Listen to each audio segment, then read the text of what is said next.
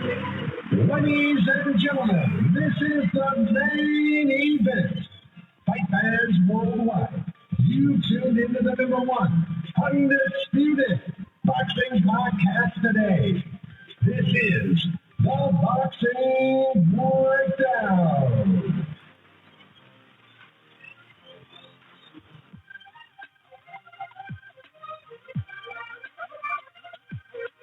Now, your heavy-handed, hard-hitting host, Mark Roxey.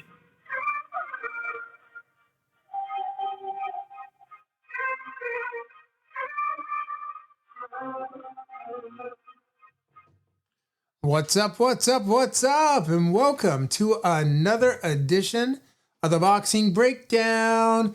I'm your host, Mark Roxey, and I am here with my partner in crime, Mr. Harold Hunt and Cutman Vic. What's up, guys?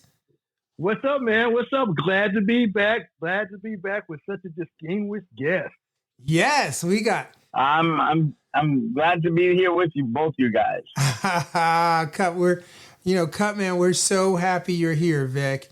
This is our third season, and this is our first episode within the framework of our third season. And thank you for being with us. If you're tuning in through Apple Podcasts, Google Podcasts, or wherever you get your podcasts, thank you for being with us today. If you're watching on YouTube or Facebook, welcome. And don't forget to leave your comments on YouTube. And certainly you can join in on the chat in Facebook. And we're delighted that you're with us tonight. And if you're listening to the podcast after its original airing, just know that we are releasing podcasts usually once a week, certainly once every 2 weeks.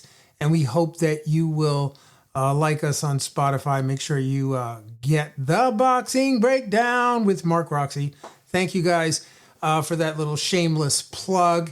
And so, Vic Starata, tell the listeners, first of all, how have you been? Because the last time the Boxing Breakdown listeners heard you, we actually...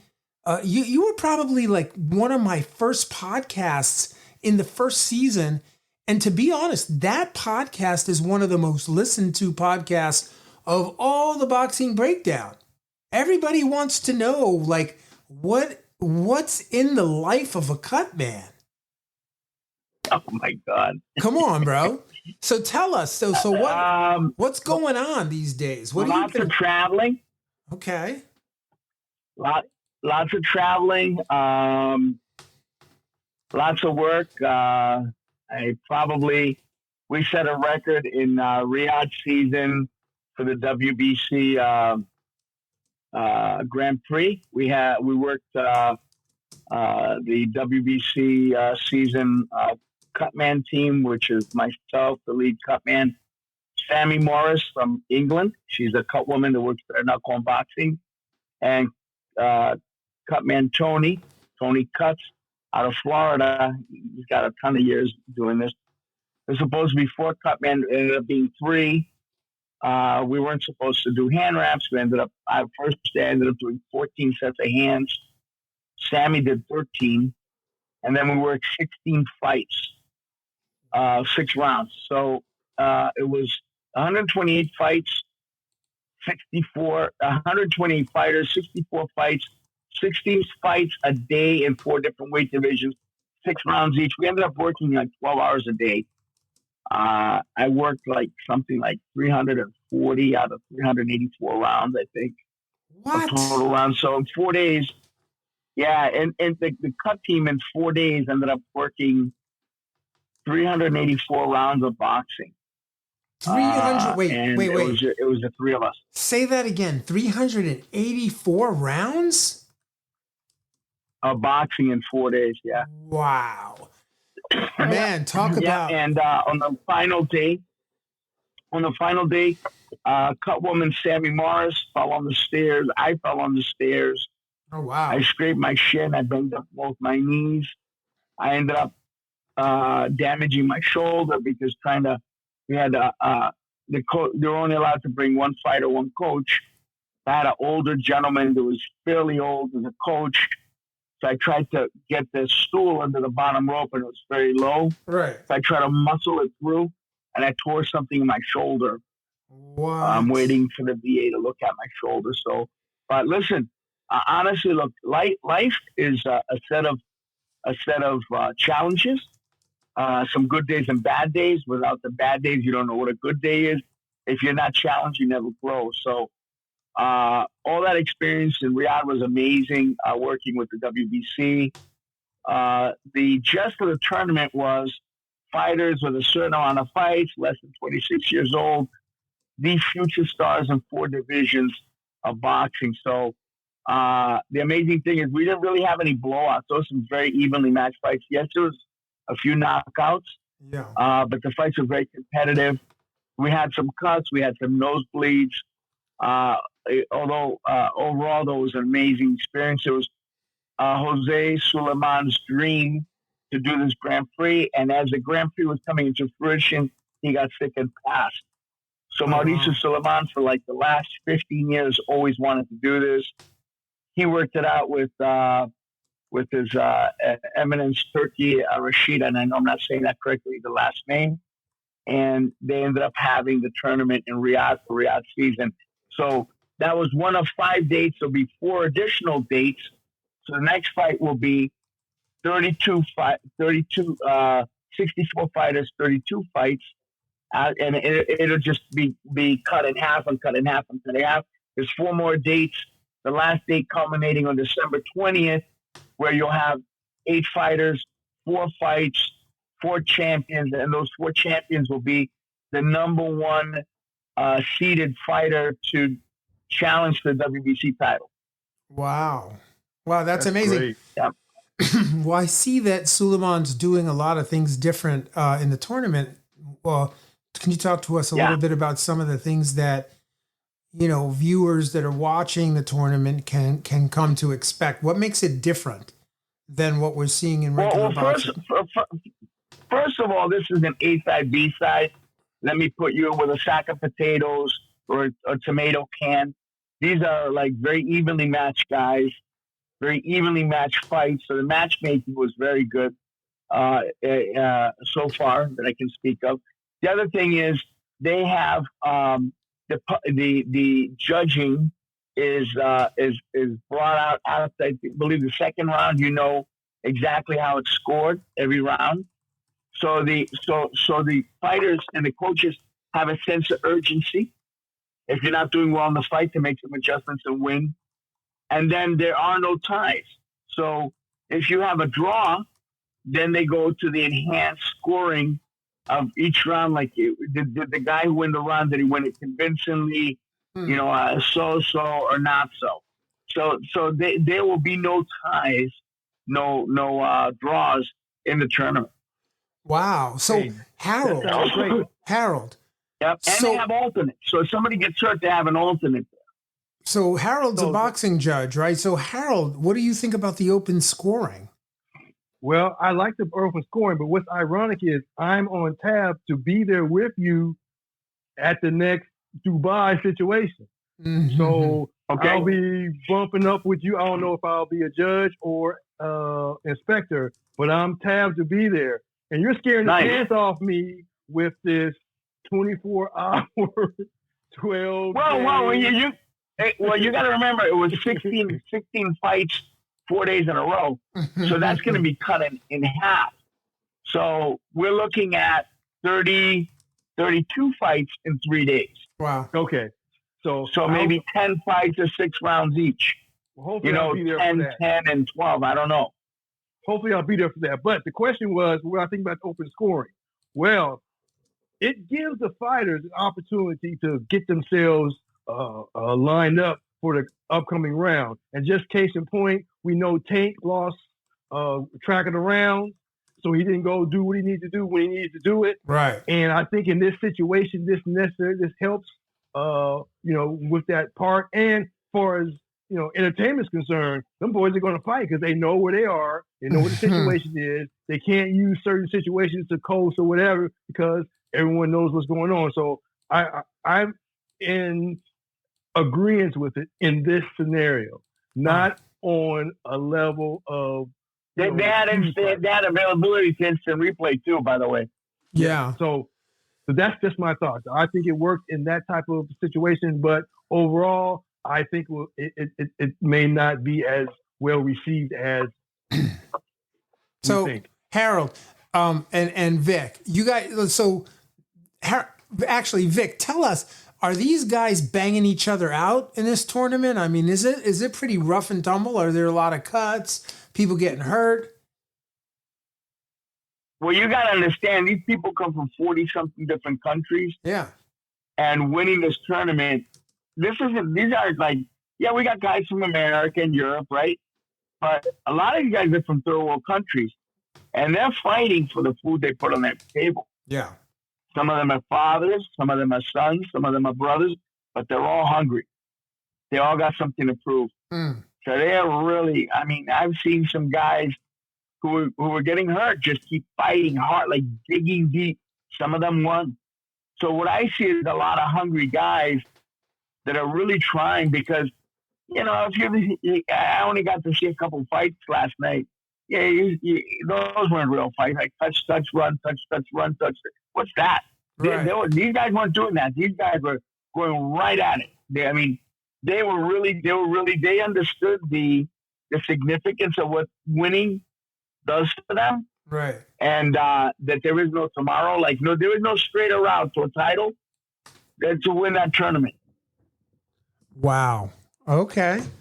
So yeah, you got to understand, you're the number one guy when you win the tournament. Yeah, that's great because crazy. And it's a guaranteed title shot. Now, this is what I know about what you just said. I was watching a card from South Africa, and there was a gentleman who won in the tournament, and he was talking about going to the next round. But like you were saying, Vic, in his face, it was like, this is my chance to be something in my life. I've never been other than a boxer, and this is my chance to really elevate my family, my country, myself. And he was so immensely proud and motivated by being for going through that round. So when he was interviewed, he was gushing, and that's exactly as you said, sir. This is it. This is what he's going to get. He has to make it work. Wow. Yeah. We had a guy from Guatemala fighting heavyweight, right? He gave up 40-something pounds against a guy who looked like Godzilla, okay? Who was a very hard puncher, rough and tough, right?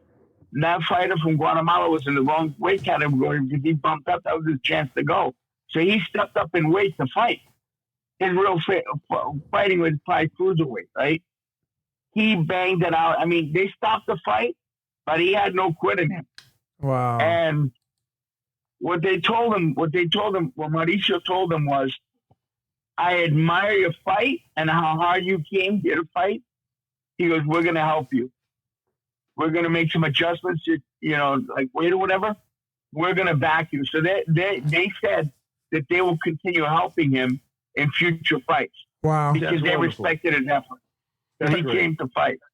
That's awesome. That's great. Actually. Yeah. So Vic, I mean, you're dealing with a lot of cuts, right? There's a lot of cuts happening. Yeah. You're probably, if not the most prolific cut man right now, working, constantly traveling from country to country, state to state. This is what you do.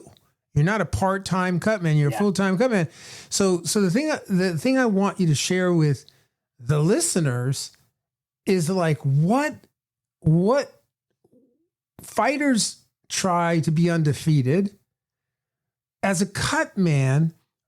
Like, what makes you a great cut man? Like, how do you rate yourself, and how does that work? Wow, that's a interesting question. So, I was blessed to be trained by Billy Briscoe, an amazing cut man out of Philly. Holler, And Billy Briscoe. Oh yeah, Billy Briscoe's an amazing. He was Gabriel Rosado's boxing coach. Who, by the An way, amazing person. one of the guys that gets cut the most.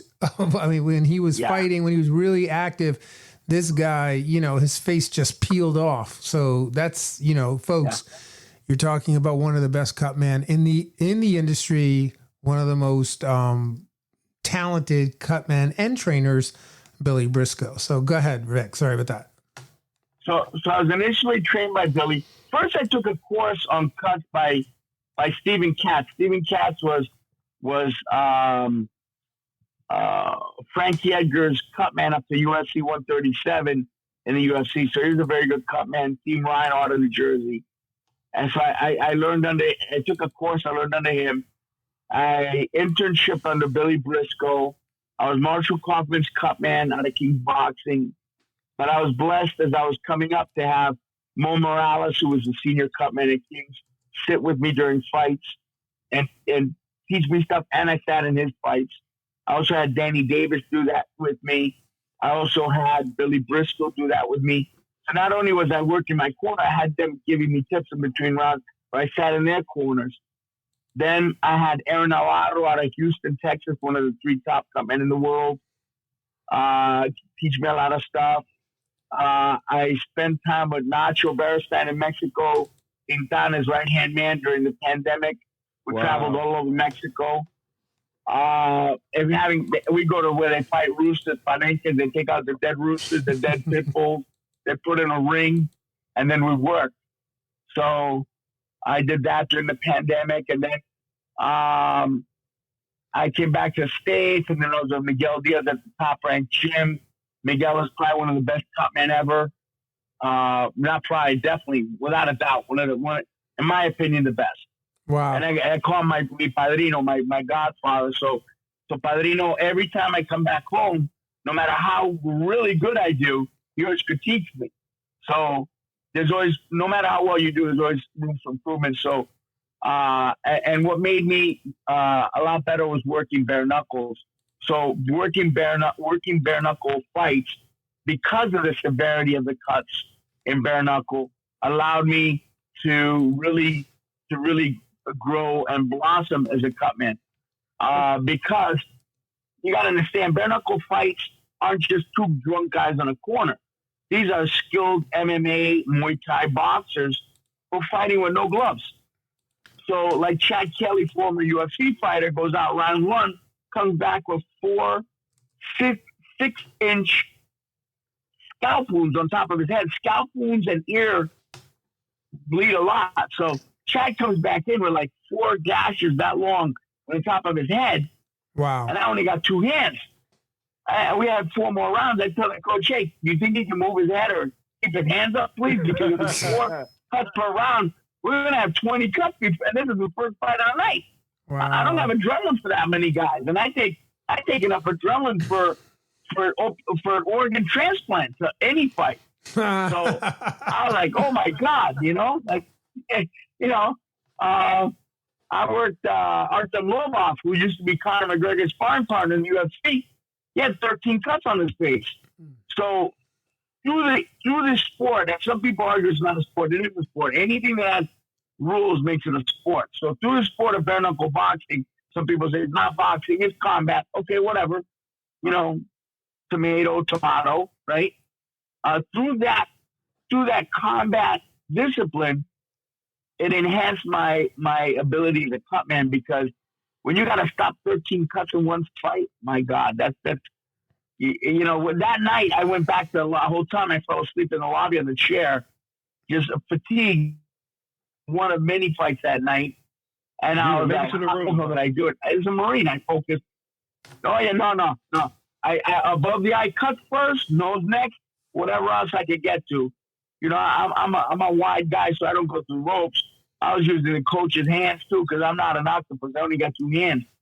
I worked Mark Irwin's fight. If you look at Mark Irwin versus Tenori, ESPN was making fun of Mark Irwin because he had a hematoma on the side of his head, right? He fought with broken jaw in 2 spots, broken orbital socket, fractured nasal cavity, and a punctured eardrum. And I kept him in the fight. all the way to the end. He was the world champion. It was a world championship defense fight. He had a punctured eardrum, man. Through the discipline. Huh? Punctured eardrum? Punctured eardrum. He had dark black blood coming out of his ear. Yeah, that's messed up. So balance, brother. That was in the last round that happened as the fight ended. So what do you do so well? I mean, what's your calling card? I mean, what discipline in the process of closing up cuts or what have you that you do so well that that is your wheelhouse? Look, some people say that I'm better than everybody else. Okay, let's say that. Let's say I'm better. But it isn't that I'm better. It's because my experience through bare knuckle boxing gives me a degree of experience. I do in one night a bare knuckle boxing what a busy cutman in boxing does to do in 4 years. That's facts. That's facts. Bare knuckle. Yeah. Bare knuckle has more cuts. I mean, you're absolutely right. And the other thing is something Brutal. Vic, something that I don't think the listeners really get. And Harold, I'm sure you know this, but Vic has had how many fights roughly have you had in your career thus far? Come on, I know you're keeping track of it because you're a Marine. So right now, I got 2,347 fights where my fighter has been cut, and none of my fights have ever been stopped. Not a one of them. If they came to the corner and I worked on the cut, they went back out to fight. Wow, that's a great record. Yeah, man. So here's the deal: you're undefeated. You're undefeated if you've never. The way I look at it is, look, I can't stop nobody can guarantee it. And the funny thing is, nobody will ever remember all the fights that I kept the guys in the fight. Fights like Joey Beltran, with tons of cuts. Just some amazing, courageous fighters that I kept in the fight. They'll never remember that. They'll remember the night I couldn't stop the cut. Yep. All right. So incredible. Listen, we're so happy that you're here. And I'm actually really grateful that you're here tonight, because for those listening in, we had probably one of the most spectacular weekends of boxing that I can remember. I mean, we had fights on Friday night, Saturday night, Sunday. Tonight, I believe Inoue's fighting, right? Is that right, Harold? Absolutely. Yeah, man. The Japanese monster, baby. A one-in-a-generation fighter like Pacquiao. Yeah, exactly. Or Mayweather. Exactly. ESPN Plus for the listeners. ESPN Plus. Oh, he's fighting on ESPN Plus this evening, right? Yes, 8 o'clock. Okay, at 8 o'clock. Okay, cool. Check your local listings for that, everybody. If you're tuning in right now live and you want to check that fight out, 8 o'clock. But here's the thing. Let's get into this weekend.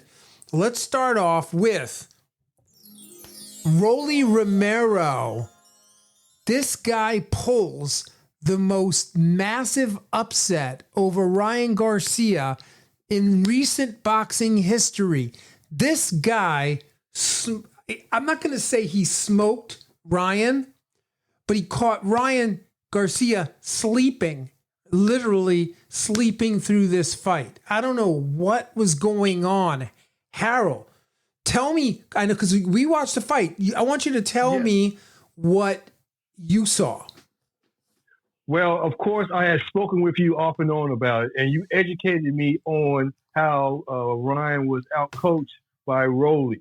However, there's a scuttlebutt to that I had just recently found out that caused such a situation, caused during the run-up, they didn't talk stuff to each other, caused the mutual respect during the press conferences and after the fight. And this is what it was. Ryan, of course, had some mental issues, but Raleigh had mental issues as well. Raleigh went to a psychiatrist, and the psychiatrist straightened him out. He did not know that he was going to fight Garcia, and Garcia didn't know either. He called Garcia. He said, "Hey, I'm going through this. I can see you going through this as well. Would you like, to get in contact with my psychiatrist?" He said, "No, bro, I'm good. I'm good with that." Wow. Now, they accumulated some type of friendship just through that right there, because Rolly said, "I know he's going through something because I'm going through the same thing. Man. And I think he needs that kind of help." Then the fight was made. So they already have respect because of the mental issues. Okay, so I don't know if that really carries any weight or whatever. But Mark, as you said, the fight itself was a technical win for Rolly's coach and for Rolly to be disciplined to stick to all those plans and was successful. So I can't speak on that because, Mark, that's what you know. But yeah, well, this is just a part that I can add that may have some light to how the fight came off the way it did. Thank you, Harold. I can add a little something to that. Go ahead, Vic. So Rolly was originally trained and made by Bullet out of Vegas, right? And Bullet had a very big emphasis on conditioning and Rolly's style. So Rolly leaves Bullet and goes to Salas, okay? And that fight with Pitbull, you saw how that fight went, right? Yeah. So he was still trying to change from a brawler into a boxer. And typically those situations end up in failures, much like Kermit Cintron when he went to Emmanuel Stewart. Right. And they tried to make him into a boxer, and then he dove like Superman through the ropes to get away from Williams. And, because that didn't work too well for him. Because, when you take a power punch away and you emphasize boxing, you take away that magic juju in them, So potentially, yeah. I did not see the fight last night. I know, and I don't know if Salas took him to the fight because I hadn't been over there recently, but I know during the Pitbull camp, I know that they were having struggles adapting to boxing, just to bring a higher degree of boxing in him. So did Salas take him to the fight? Okay, so Harold and Vic, let me answer your question, Vic, but I want to preface your question by saying that makes it even that much more incredible what Rolly did, because Rolly comes out in the first round and basically they're both sizing each other up in the first round. They're both shooting in the air. Nobody's really engaging. There's no engagement at all in round one. Excuse me. At the end of round one, I looked to Harold and I said, "Hey, Harold, how did you score that, Mr. Judge?" And Harold goes, "Oh man, I don't know. I think I scored." Who'd you score the first round for, Harold? Well, because Rolly was coming forward, and he was able to take that left hook away from Ryan, and Ryan was trying to throw with nothing, and he came over the top with that right hand, although he knocked him down later. But in that first round, as you said, Mark, look, that right hand's flying home even in the first round. Yeah. I gave it to Rolly. So we call that, and actually, yes, Salas was there. He did take him to the fights. I was totally blown away at how skillful Rolly was, knowing, because I was in the arena when he fought Gervonta Davis, and Gervonta caught him with the exit shot, slipped out, and there he goes down, and the arena went nuts. I was there. So I saw his carelessness in that fight. This was not the same Rolly. This guy was patient. He stayed on the outside. He used his stick. His jab was brilliant. And Stab to the body. The story, yeah. So we were talking about that early in the fight, and I was saying to Harold, that stab to the body is going to get it done, because he kept stabbing Ryan right in the sternum, stabbing him in the stomach. And this is what he was doing, folks. Hopefully you're enjoying what we're talking about here, because this is where, I saw something in the fight that I thought was, I don't know if Salas gave this to him, or I know the stab was a Floyd thing. Harold and I were talking about that. It's something that he maybe reverted back to learning from Floyd back in the day. But I'm going to tell you right now, he was taking his jab hand, Vic, and everybody just envisioned the fight. Ryan's trying to land the left hook. Ryan can't. Okay. He can't land the left hook because Rolly is jabbing the hand of the hook. But not only is he jabbing the hand that he's hooking with, but he's jabbing to the outside of the glove. So if I had my slow-mo, I could show it to you. He's literally jabbing the glove. The next jab is coming across the arm. And as the fight gets closer, as the two fighters get more in, combat position, which we call, a step or a step and a half, where bad things happen to us, he's jabbing to the outside. So, and he's kind of putting some cover on his shot. So it stops Ryan Garcia from being able to shoot the hook whenever he wants to at that perfect distance. And that was something that it wasn't just once or twice. This was a repetitive, skillful tactic that they used throughout the whole fight. And I'm not sure if the other pundits, the other, podcasts, I haven't heard anybody on ESPN. I haven't heard anybody talk about that. But for me, I'm looking at that thinking, brilliant way to take away that, that devastating hook. And to make it even better, Vic, Rolly's jabbing, Ryan Garcia is not jabbing. When Ryan Garcia finally starts to jab, he's too much in a hole anyway, and he's got nothing left. And now Rolly's hitting him with the right hand over the top. And, it's just, we talked about the knockdown in round 2, but I just saw that fight slip right out of his hands. Vic, if you would have saw the fight, you would have been, you really would have been like shocked. Let me add to that, please. Yeah, go ahead, Vic. Also, Vic, before you answer, let me add to this so you can speak on it. He was on the phone the whole fight. That right hand was like, I guess you surgically put it on there, Vic. You must have stitched that hand to his ear. Vic. I don't know. You must have called him before he came out. Cause that not me. That No. there. Coach Dallas, because they struggled. They struggled a lot in that camp, and not against Triple, against Gervonta. They struggled a lot in that camp to get him to box, and they took away his banging, and you could see that he can't quite make the adjustments. So it sounds like he did make those adjustments. He did. I got to tell you, I already got to see. Brilliant. I'm in camp right now, and I only got to see some fights last night, and it was a totally different card, and those fights were really disappointing. I wish I'd seen that. When I get back home, I'm gonna watch a Ryan Garcia Rolly fight because I'm really happy. I'm happy for Rolly because Rolly has struggled with and made some big adjustments. I mean, it wasn't an easy change to change camp, and it wasn't an easy change for him to change from being a banger to a boxer. Not an easy transition at all. And so it sounds like he got that right. And Ryan has been like, Rolly's been humble in what I've seen of him. And Ryan has just been getting too damn big for his britches, Well, even in the win, Vic, even when he won, right? He was so humble for the win. He was humble all the way through it. It was almost like he did it like it was a non-event, right?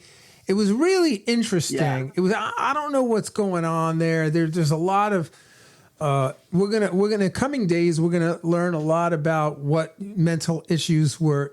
Each one of the fighters were dealing with, and more is gonna come out. But I have to say that Rolly really he redeemed himself from the Gervonta loss and the other loss he had. I'm just really happy for him. And as far as Ryan Garcia, I don't know what happens next to him because I don't know if this puts him out of the running for ever winning a world championship in his life. The guy is so bankable. And he other than Mike Tyson. He's bankable and he's young. I mean, what we might perceive as, some people might perceive as arrogance or whatever, is the self-confidence you need also to be a fighter, you know? So, Well, you never know. Yeah. Go ahead, Harold.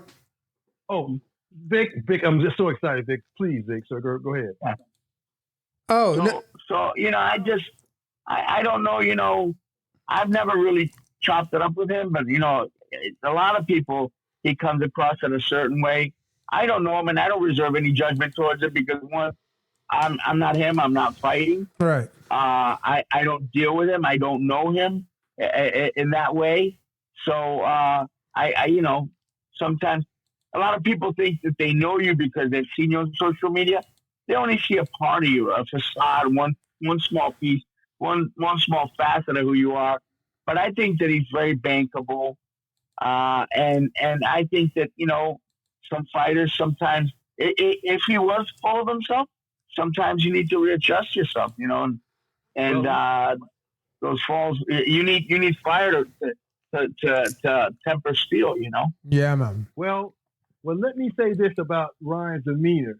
During the whole run-up, there was no horrid trash talking or racial or anything like that between those two, starting the friendship type of thing. But Ryan seemed to be grounded really well, and he just didn't go into all of that. Now, yes, he lost the fight, but I think mostly this is to show the sanctioning bodies, okay, I'm okay.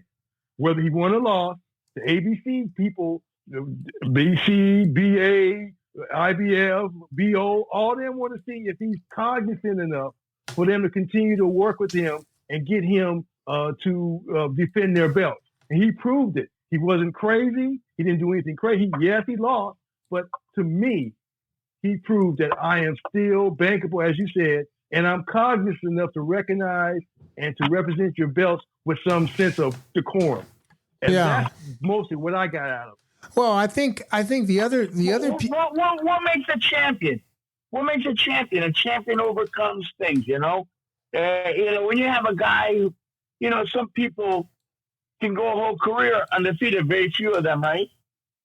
Some of those wins can be questionable, but they got to struggle. But when somebody really goes through a down low, loses, has to come back up and question himself, I think that shows a lot more about that fighter. Look at Muhammad Ali. Muhammad Ali didn't win every one of his fights. No. Look at the things he went through, man, and look at how he shaped a whole identity of a whole class of people, a whole generation. The hope he gave a lot of people. Why his struggles? He showed that he was human, and he was able to overcome many things in life. Yeah, no, I think Ryan is a poster child for that, actually, because now he can be, yes, he lost, but he was his humility showed through in my opinion. I'm happy for his situation, win or lose. No, I agree with you guys. I think, the interesting thing here is that it opens up a lot of questions about whether or not, in Ryan Garcia's last fight, I know there's been a lot of scuttlebutt and a lot of talking about whether or not the weight and, what transpired against, by the way, our next topic, which is Devin Haney, whether or not him coming back and being cleared. He had a year layoff, and here he is fighting, and then he comes up a little short in this fight. That opens up a lot of discussion about, what happened in the last fight. And also, it kind of sets the tone for the next fight, which I believe Devin Haney and Ryan Garcia will have their rematch. They will have their day in the ring. And Devin Haney last night. They have to have a rematch. Yeah, because even Rolando said when he won, please, I won, but I think if you remember, Mark, he said during his when he was speaking after he won, I believe Ryan and they need to go ahead and have their big fight. Yeah, Rolly did say that in the post fight press conference. That he ruined he just pissing the Cheerios for him. But Yeah. he said it. Well, I think the likelihood of that rematch being made now is much higher because now he has lost, and now all of a sudden, then maybe the other camp will think that the chances are different. Good point, Vic. Yeah.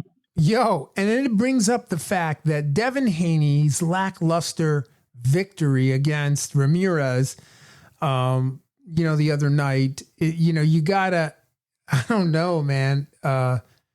The fans were not happy about that. Not at all. He looked shell shocked. You know how you're in the military or what have you? Yeah. And I can't say the word PTSD, whatever that was. PTSD. Yeah. Okay. So what I saw was this. He didn't want to engage. His feet were all over the place. He was just frantic. He wouldn't engage. He wouldn't stand in front of him. He wouldn't do any of that at all. He said, I got to get this win. I don't really care about, what the fans are looking at. I have to win this fight so we can get to our next piece.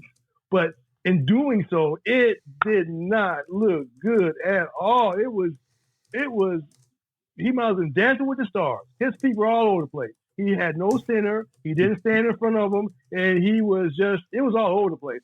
They say it's one of the worst fights as in uphill in recent history. Well, it was supposedly ranked. It was ranked as the least amount of punches thrown in recent history. So, they didn't throw a lot of punches. And Ramirez, it's interesting because Ramirez, I don't understand what kind of tactics or how they planned for this fight, but I can tell you that being flat-footed and coming in with flat feet, not really moving too much, doesn't bode well for a tactical approach to beating Haney, right? I don't understand why they didn't prepare a little better for a guy that they knew was going to come in and stick and move. He's got great legs. He can move around the ring, and he basically, he bought a lot of time in the round, which I'm not mad at him for, but it, can't be. No, but Haney did not. It just was an underwhelming performance and very, very sleepy kind of. Again, it was very similar to Ryan. It was like they both were sleeping. I don't know what was happening, but in any case, I think the fans suffered because Haney fans and Garcia fans both just didn't get their, they didn't get their fill of their champions. I saw one fight last night. Yeah. Pardon me? One of the fights I saw last night was like that. Yeah. Really? Yeah, big championship fight last night. We're going to get into that one too. That's one of the next things we're talking about, I'm sure. Well, yeah, we are. We're getting into Harold. Did you want to say anything else about the Haney fight before we move on? The only thing was he got what he needed. Yeah, he did that. He didn't lose. I mean, I wonder if they both lost, would they still fight? I mean, would they? I think they would, right? It's a bankable fight. It's going to generate. I mean, to be honest, I'm really interested in seeing these two guys clash at lock horns because I really want to see, this right being, hey, I've got a lot of thoughts about this fight. Yeah, I want to see the wrongs. Right. Yeah, whatever that is. I want to see that happen, right? And Harold, the other thing is, I was looking at the fight, the Haney Garcia fight before the podcast, and I was thinking to myself, you could say whatever you want about the roids or about this or that. He's on something, whatever. But the hook did land perfectly, did it not? It appeared to be. Dude, that hook, I watched it 10 times. The hook landed perfect. I mean, whether you... There was no whip, but there was no whip behind it. It was no velocity. It was placed, but there was no whip behind it. Are you talking about... I'm talking about the fight with Devin Haney. Okay. I'm sorry. I'm talking about the hook that Ryan Garcia landed against Haney in their fight. That hook landed. Yes, constantly, and it had a lot of whip to it. And my theory, my theory, Harold, is you can't knock somebody out, right, Vic? You can't knock somebody out more. If you knock them out, if you hit them with a clean shot like that, they're going down. You can't knock them out more. Can I just say something, guys? Yeah. Can I just say something? So first of all, right, at this level, okay, if you don't think that people are doing whatever they can to win, you're not being realistic. Between peptides and pro-hormonals, people are taking things that today are not illegal, but 6 months from now will be. So they take things, they change one molecule, right?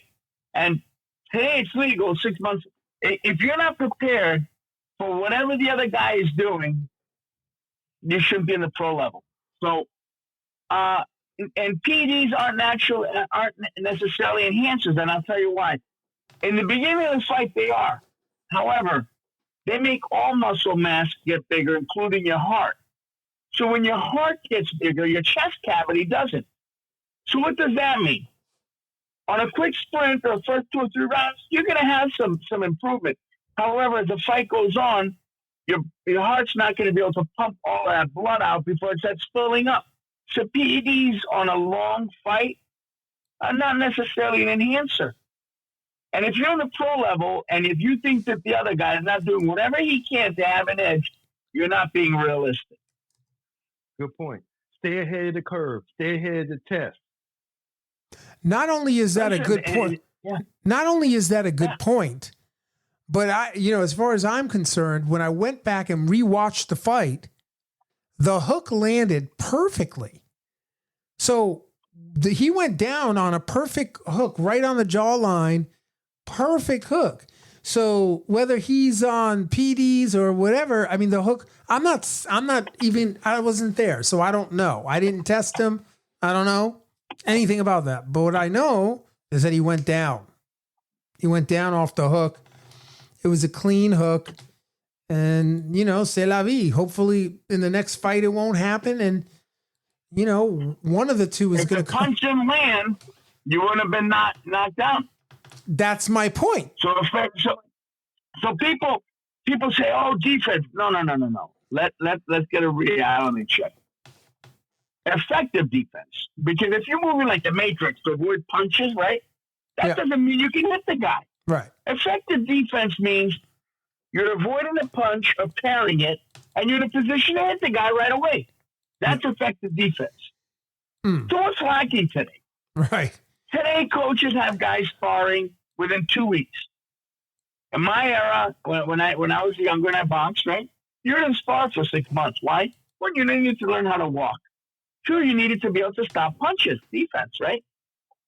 3, you needed to be able to then, once you could walk and once you could get in the ring and spar 4 rounds without throwing a punch, then they'd teach you how to throw a jab. Exactly. And then a double jab. And a 1-2. Exactly. Not today they got these idiots, some of these coaches got these guys sparring 2 weeks later because they're worried about paying for the gym. So they're not worried about building a fighter. They're worried about keeping that gym open. So the amount of time it took to make a fighter, what did they say in the old days? A good jab will take you around the world. How many guys got a good jab today? That's right. Or a jab that changes levels. Right. And even the guys. I got a friend of mine in Reading, PA, who teaches like 11 types of different jabs.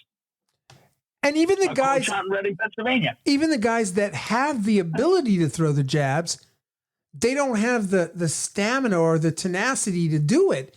They have great reach, they have great use of the jab, but they don't use them in fights, and you can see it constantly. Look at Korbula. Korbula was in love with his straight shot. Powerful. What happened? Buddy McGirt taught him how to throw that jab again. He was actually beating Canelo 8-3. Yeah, he got caught in the 11th round. That's right. Yeah. And all he was doing was throwing the jab. He was winning the fight just with the jab.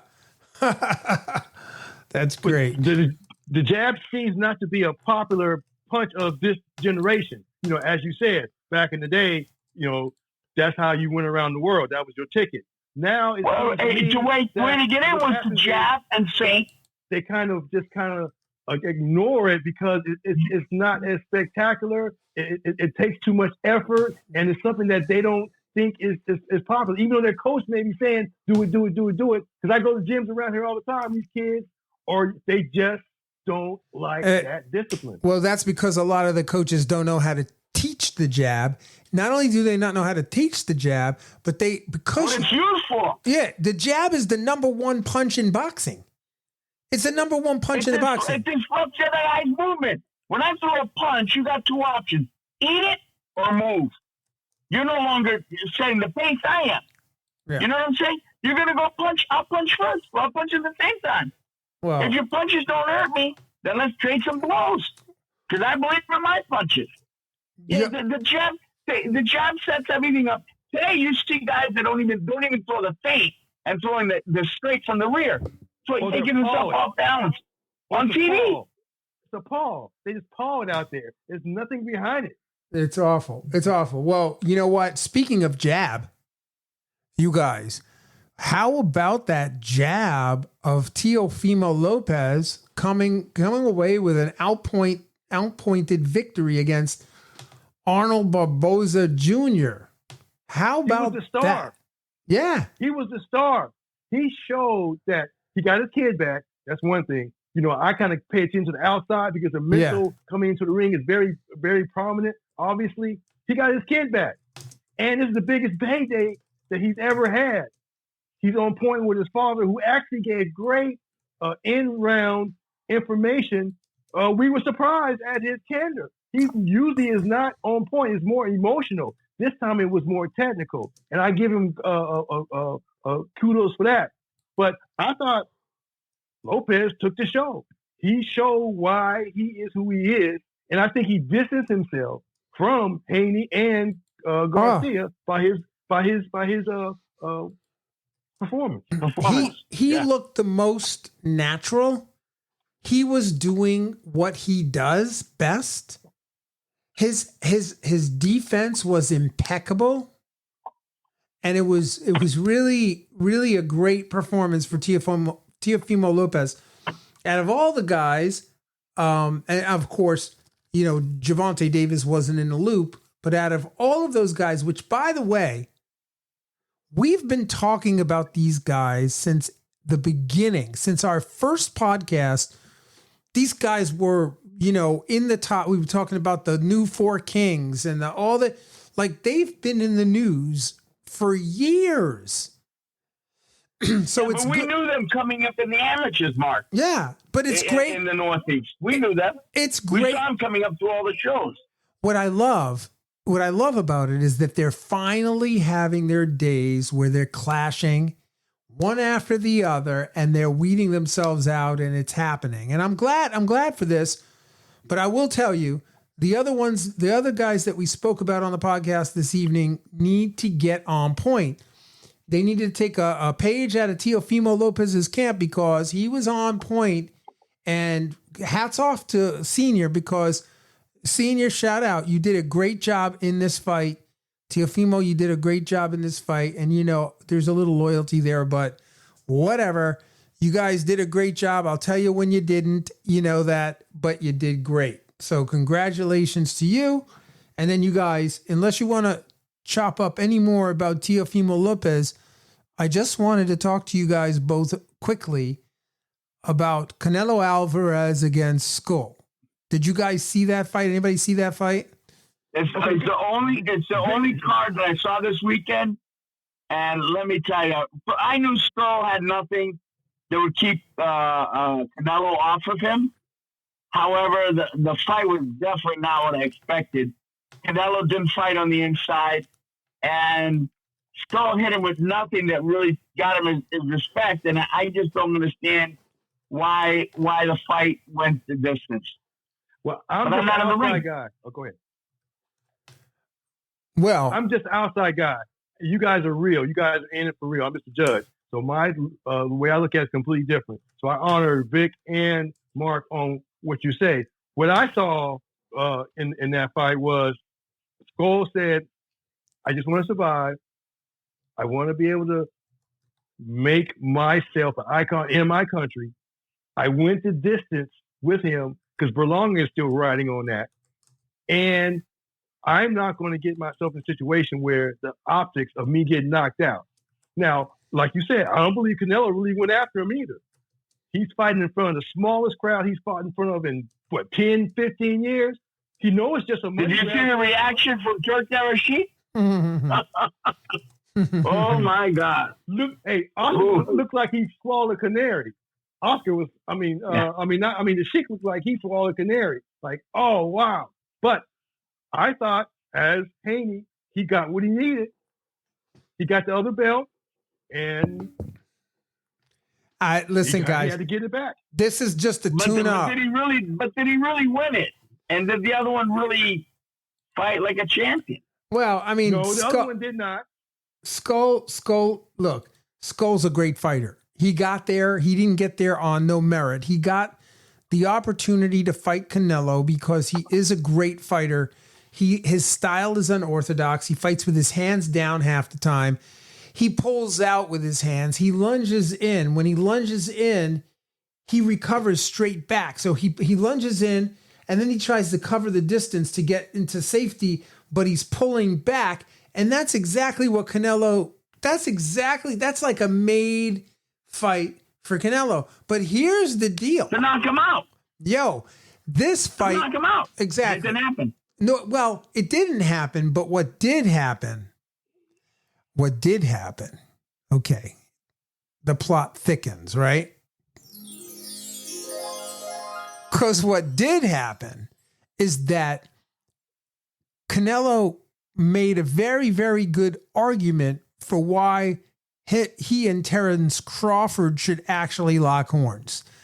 So what we saw after the fight, they already had it staged that Canelo and Terence Crawford was there, yeah. Yeah, Crawford was not only there, they did a face-off. And not only did they do a face-off, but that fight is happening, ladies and gentlemen. The fight is taking place on September 12th, 2025. So it is already in the works. Supposedly it is happening. And that was already signed it. Yeah, and that's so I think, Canelo has a contract. He has to fight, right? Harold and I spoke about this briefly the other night. He's got to take the fight. It's part of his contract. So he took this is a nice, easy fight. He's getting ready to fight arguably one of the best fighters in the world right now in Terence Crawford. Arguably. He is. I've been in camp with him. And I could see Terence Crawford. They brought out, Harold, did you see they brought out that ring belt? There's a new ring belt that's all gold. It's solid gold. And they saw that. They brought that belt out. I'm sure there's 50 memes about Terence Crawford. When he saw that belt, you should have seen his eyes. He was like, I want that. That's my belt. I'm taking that belt. I'm just saying. He's gonna be Canelo. That's what I'm saying. I mean, looking into his eyes, he was like, he's gonna be Canelo. And my fighter is Lester Martinez. Yeah. Lester is Terence Crawford's sparring partner, one of them. Okay, Lester's gonna be the first world champion from Guatemala, and I've seen Crawford in camp. Crawford, I grew up with Hagler in the gym. Crawford is perfect, as perfect as you can be in the gym. Footwork, his work ethic, his discipline. That guy is perfect. Canelo, people say, oh, there's a giant weight difference. Listen, Terence Crawford's walking around weight is their fight weight. That's his walk around weight. That's the weight he trains at unless he's cutting weight. That's the weight he's normally sparring at as he's coming down in weight for camp. So he's running at that weight. He's training at that weight. Right? Now, Canelo will blow up in weight after the weigh-in. and Terrence really won't go up much. But Canelo can only go up so much. So that fight's going to be a lot harder for Canelo than people think it is. Yeah, I agree. It's going to be a walk. No. I agree. That fight, yeah.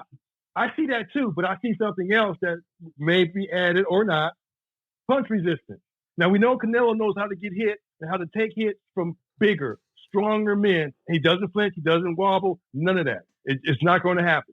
Now, yes, they walk around the same way. Yes, he looks good.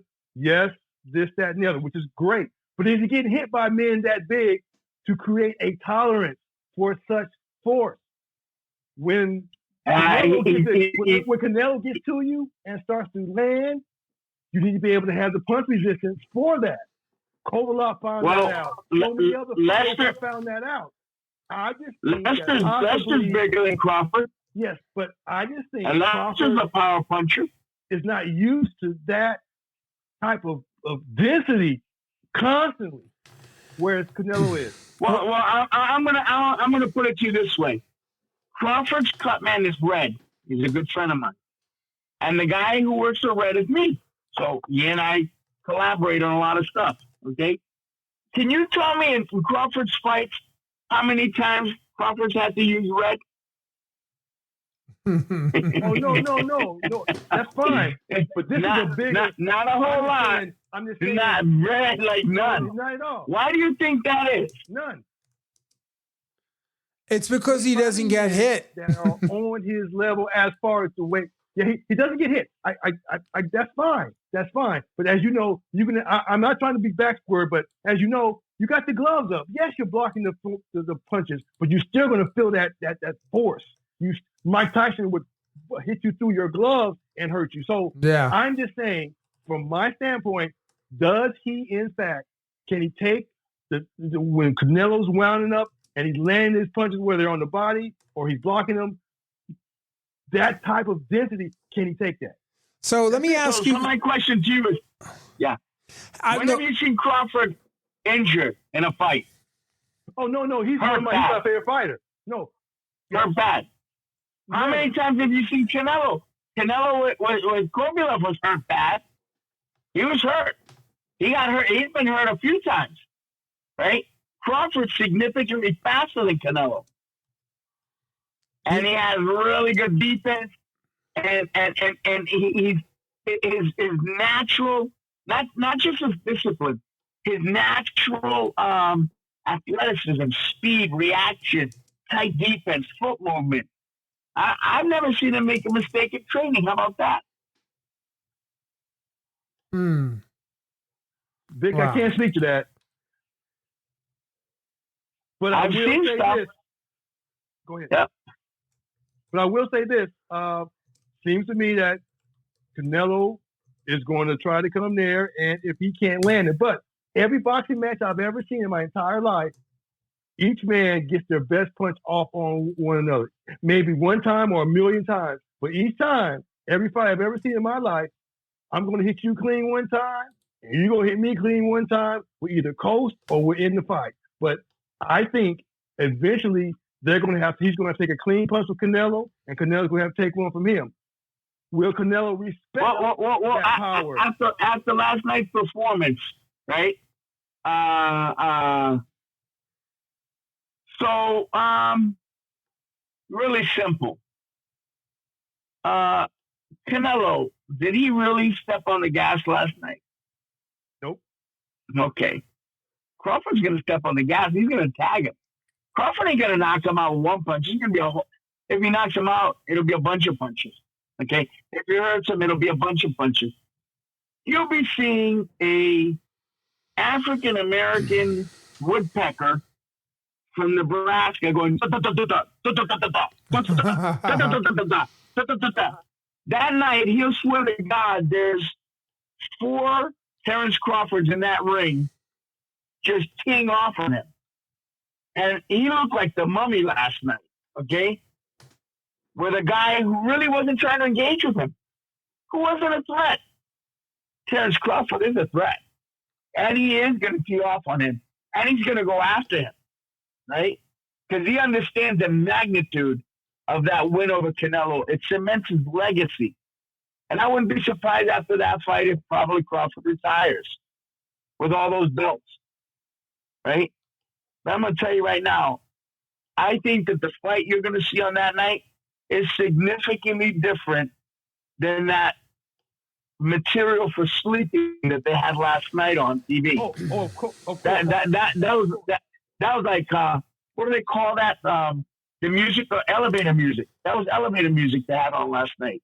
So, Crawford's not going to be elevator music. well, Crawford's going to be like not going to be a pleasant fight for. I'm not saying Canelo's not. The Mummy's not going to try to connect, right? But let me tell you something. Terence Crawford's natural ability and speed and athleticism will shine that night. I agree believe with that.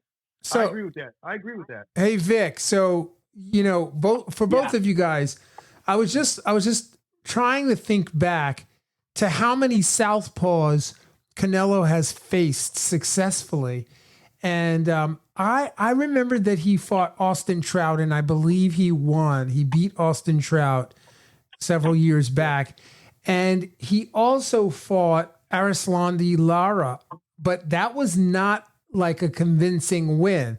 That was a split decision win, right? Nah. Remember that And fight? Jacobs was left-handed, right? Jacobs was left-handed, correct? Who? Danny Jacobs? Yes. I know he was left-handed. I don't remember. I believe so. Okay. Yeah, I believe so. I can't remember. I can't remember. And that went the distance. But however, you guys are talking about left-handed boxers. You're not talking about a fighter who can switch stances on you instantly and convincingly put an ass whooping on you. Yeah. No, that's facts. I mean, listen, what we're talking about, you guys. Crawford's not a southpaw. Crawford can fight both stands and switch them back and forth, moving forward, going back, doing a pivot. Well, he's also. There's so many different. Yeah. Look. His defense is impeccable. I'm not taking anything from Canelo, okay? Listen, okay, he's not Chavez. He's got to live up to the whole thing. Listen, look, there was something said by a sportscaster many years ago that the people really got angry about, but it's a fact. You remember Jimmy the Greek made a fact about genetics in different races, okay? Now, African Americans have a higher level of testosterone muscle. Also, you have red tissue and white tissue.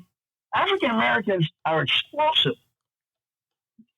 typically as fighters, explosive, and have higher levels of resistance, right? And you have a guy from Omaha, Nebraska, who is arguably without a doubt, the best pound-for-pound fighter in the world. And his genetics, right, far outreach Canelo's, even though Canelo's a great fighter, right? He's a guy who has an incredible ring IQ. Can fight you left-handed, right-handed, okay? He's very calm. He's professional. Can he get down and dirty? Absolutely, right? But look at his footwork. Look at his defense, right? The guy learns from every fight. And I'm not taking anything from Canelo. I just think that he's faster than Canelo. He has a higher ring IQ. He has a way better corner. Eddie Reynoso is a great coach. They got 3 great coaches. They have Black. Yeah. They have Issa. And they have Red. And all 3 of them are great. He has 3 of them in the corner. What do you think? They all work great. Yeah. What do you think about? Yeah, just to your point. Go ahead. No, I was just gonna ask both of you, for one of you to answer. What do you think about the quality of the opposition that each one of them has faced? Because there's 2 things that come to mind. One, I believe that Canelo has a better resume on paper. And I just preface it by saying on paper, Canelo has he's fought much better, higher quality opposition thus far. He's got 63 fights, 2 losses, 2 draws on his record. Terrence Crawford's 41-0 with 31 big wins coming by way of KO. So, Crawford's no slouch, but also I ask myself this final question, and then you guys can chop this up. If Crawford and Mayweather fought during Mayweather's prime, who would win? Answer the question. I'll go. First, before I answer the question, I want to say the other. Kermit Cintron and our boy from Nebraska, their basis is wrestling.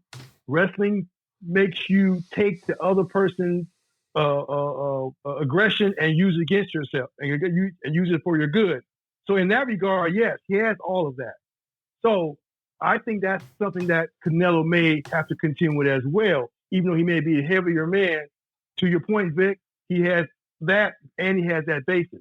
As far as him beating Floyd at this time, during their prime, the switching never bothered Floyd. And I believe the overall speed that Floyd had would give him the edge. You think Floyd would beat Terrence Crawford if they were both fighting at their prime? Yes. Okay. What do you think, Vic? It would be. First, the fight would have to not happen in Nevada. That's number one. Number two, it depends which version of Floyd, because the better version of Floyd was not the Philly show fighter. It was a hunter killer in the center of the ring. As he got older, he got into people's heads. Yeah, and then he would just slip them a little bit, right? He was a different fighter off the ropes. Even so, though, I think that I think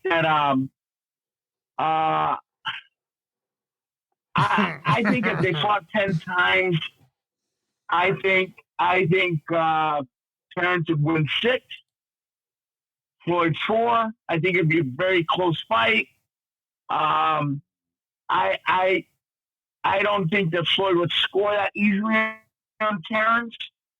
I think that they're both superbly conditioned fighters with lots of speed, good defense. One punch can change a fight. So, like when Chavez fought Taylor and he lost 12 rounds and caught him in the last 15 seconds, I think power-wise, Terrence has significantly more power than Floyd does. But, I mean, that's a very, very, very close fight. Styles make fights. I don't think you'd see Floyd fighting with that Philly show too much against Crawford. I think he'd have a high guard. Yeah. And you would definitely have Terrence in Bud in Floyd's face the whole night. So, okay, but you got 2 Floyds. I don't know, man. That's very cool. You got 2 Floyds, though. You got Pretty Boy, who had the high knockout ratio, and then you got the money. Okay. Yeah. Now, I'm thinking of the money of the Pretty Boy, who had the high knockout ratio, who would leap in with that left hook, who would come over the top with that right hand. Terrence is quick, but I believe Floyd is quicker, and he will land. From a judge standpoint, and just in my mind's eye, as you said, I see Floyd winning on points. I don't see either one of them getting rocked because they both are defensively sound. If you're going to land the punches cleanly, for me to score, as my discipline is, I see Floyd, Pretty Boy Floyd, winning. Money. Floyd I think with the exception of Pacquiao and Floyd fighting 10 years younger, I think that would have been the best fight you could ever see Floyd in right there. Right. I agree. The most exciting, the most challenging, the hardest to call, the fans being the same as the Steam era. I think that'd be an absolute sellout fight. That'd be a very, very, very close. I love Bud. I mean, he's a humble guy.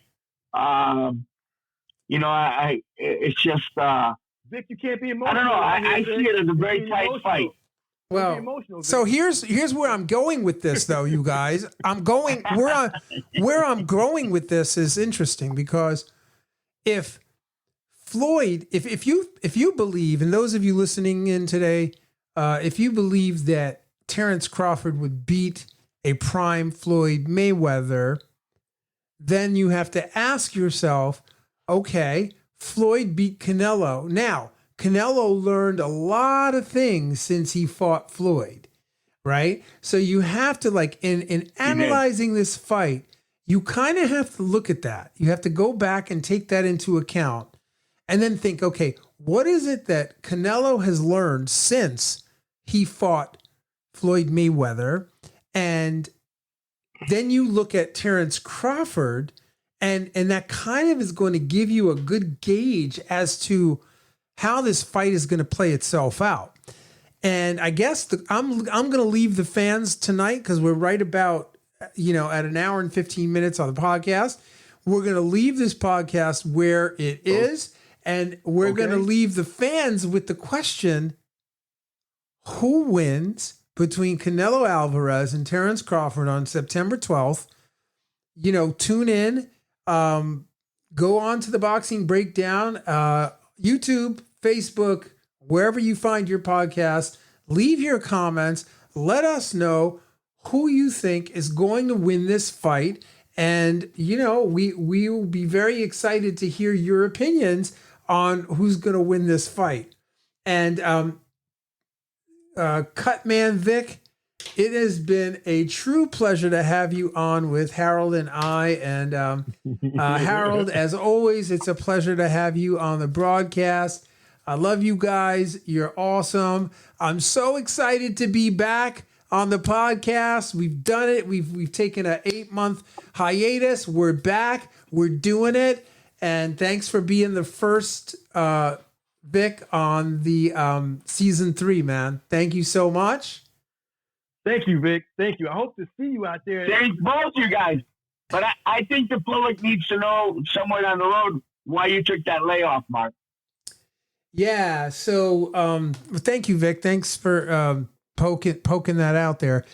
So for those of you that may not have been aware, I recently my mom was in a battle of her life with cancer. She was diagnosed in July 7th of 2025. And she lost her battle with cancer on December 20th, just before Christmas. And I basically had a funeral for her on the 27th. And it's been a real hard fight that we've had.